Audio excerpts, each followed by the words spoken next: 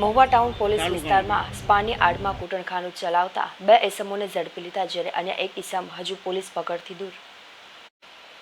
મહુવા વિભાગ મદદનીશ પોલીસ અધિક્ષક અંશુલ જૈન તેમજ મહુવા પોલીસ સ્ટેશનના પીએસઆઈ S.A. ઝાલાને બાતમીને હકીકત મળેલ કે મહુવા મેઘદૂત સિનેમાથી તાગ બાપુ ચોક તરફ જતા રોડ પર નોમિની બજાર કોમ્પ્લેક્સમાં જાહિદ ઉસ્માનભાઈ સૈયદ રહે ભાવનગર તથા વિપુલ રમણીકલાલ મહેતા રહે મહુવા પટાયા ફેમિલી સ્પા નામના સેન્ટરમાં સ્પાની આડમાં બહારથી ભાડુઆતશ્રીઓને લાવીને તેમજ પુરુષ ગ્રાહકોને બોલાવીને તમામ સુવિધા પૂરી પાડી દેહ વ્યાપારની પ્રવૃત્તિ કૂટણખાનું ચલાવે છે.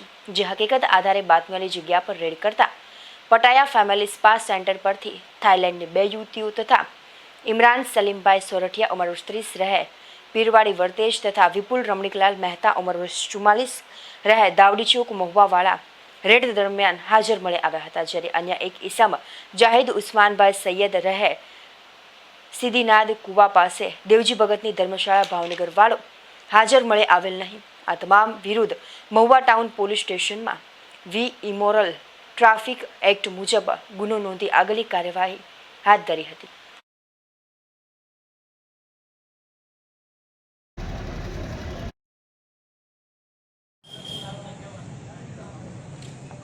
બોથડ પદાર્થ મારીને હત્યા કરી દેવામાં આવી.